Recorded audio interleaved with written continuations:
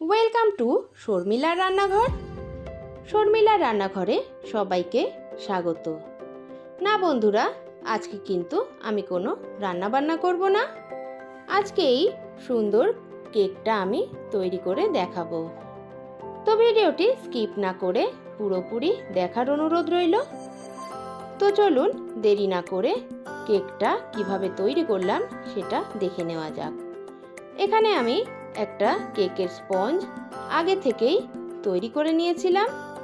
এখন স্পঞ্জটাকে ডিমোল্ড করে নিলাম। একটা ব্রেড কাটার দিয়ে আমি কিন্তু কেকটাকে স্লাইস করে কেটে নেব। তো আমি মোট 3টে স্লাইস কিন্তু কেটে নেব।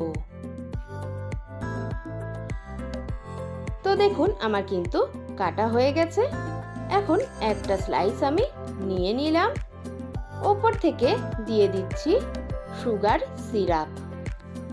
এখন দিয়ে দিচ্ছি হুইপ ক্রিম। হুইপ ক্রিমটা আমি আগে থেকেই বিট করে রেখেছিলাম, সেটার ভিডিও আর এখন দিলাম না। দিয়ে দিলাম লিকুইড চকলেট। এই চকলেটটা কিন্তু আপনারা দেবেন। চকলেটটা দিলে কেকটা কিন্তু খেতে দারুণ টেস্টি হয়। ওপর থেকে কিছু চকো চিপস আমি ছড়িয়ে দিলাম। এখন আর একটা স্লাইস আমি ওপরে দিয়ে দেব। আবারও আমি সুগার সিরাপ দিয়ে দেব। তো বন্ধুরা, সুগার সিরাপটা কিন্তু অবশ্যই দেবেন, না হলে কেকটা কিন্তু শক্ত হয়ে যায় ভেতরে। ওপর থেকে আমি আবারও হুইপ ক্রিম দিয়ে দিলাম। একটা স্প্যাচুলা দিয়ে আমি কিন্তু স্প্রেড করে দিলাম। আবার দিয়ে দিলাম লিকুইড চকলেট। তো দিয়ে দেব আবারও কিছু চকো চিপস। চকো চিপসটা কিন্তু মুখে পড়লে দারুণ খেতে লাগে, তাই অবশ্যই চকো চিপসটাও দেওয়ার চেষ্টা করবেন। এখন আর একটা স্লাইস আমি দিয়ে দিলাম। এটাই কিন্তু লাস্ট স্লাইস। দিয়ে দিলাম সুগার সিরাপ। হুইপ ক্রিম দিয়ে দিলাম। এখন কিন্তু আমি ভালো করে কেকটাকে সমানভাবে চারিদিকে ক্রিমটাকে লাগিয়ে নেব।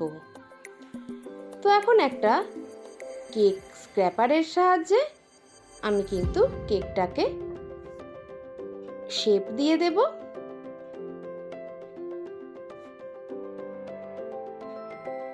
এখন ওপরটাও কিন্তু আমি সমান করে নেব। এই রকম ঘুরিয়ে ঘুরিয়ে আমি কিন্তু চারিদিকটা সমান করে নেব। তো দেখুন আমার কিন্তু কেকটা সমান করে নিয়ে নিয়েছি। বন্ধুরা, এই রকম নিত্য নতুন রেসিপি পেতে কিন্তু অবশ্যই শর্মিলার রান্নাঘরকে সাবস্ক্রাইব করে দেবেন। তো এখন আমি একটা বাটি নিয়ে নিয়েছি। দিয়ে দিচ্ছি নিউট্রি জেল। 2 চামচ নিউট্রি জেল আমি দিয়ে দেব। তো আপনারা এরকম কেকের উপকরণগুলো কিন্তু যে কোনো কেকের জিনিসপত্র বিক্রি করে এমন দোকান থেকে কিন্তু আপনারা এইগুলো পেয়ে যাবেন।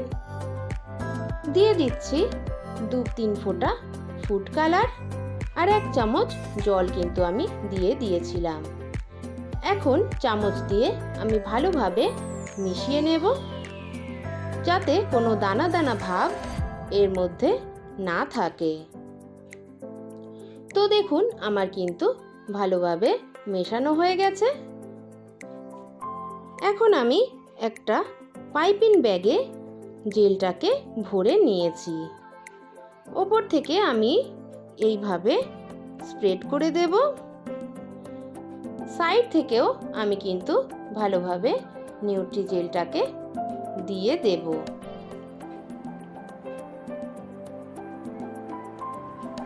তো সব জায়গায় আমি কিন্তু ভালোভাবে জেলটাকে দিয়ে দিয়েছি। এখন একটা OHP শীট আমি কিন্তু কেটে নিয়েছি। এইভাবে কেকের ওপরে OHP শীটটা রেখে ঘোরালেই কিন্তু সমানভাবে জেলটা স্প্রেড হয়ে যাবে।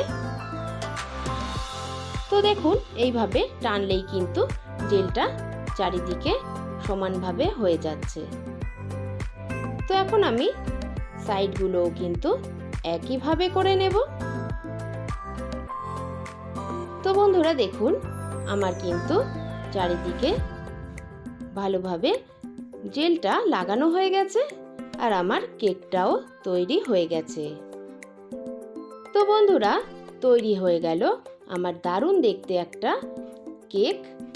তো আমার রেসিপিটা যদি ভালো লেগে থাকে অবশ্যই একটা লাইক কমেন্ট করে দেবেন, আর যারা নতুন বন্ধু আছেন তারা সাবস্ক্রাইব করে পাশে থাকবেন। সবাই ভালো থাকবেন, সুস্থ থাকবেন। আজ এই পর্যন্তই, দেখা হবে নেক্সট ভিডিওয়ে।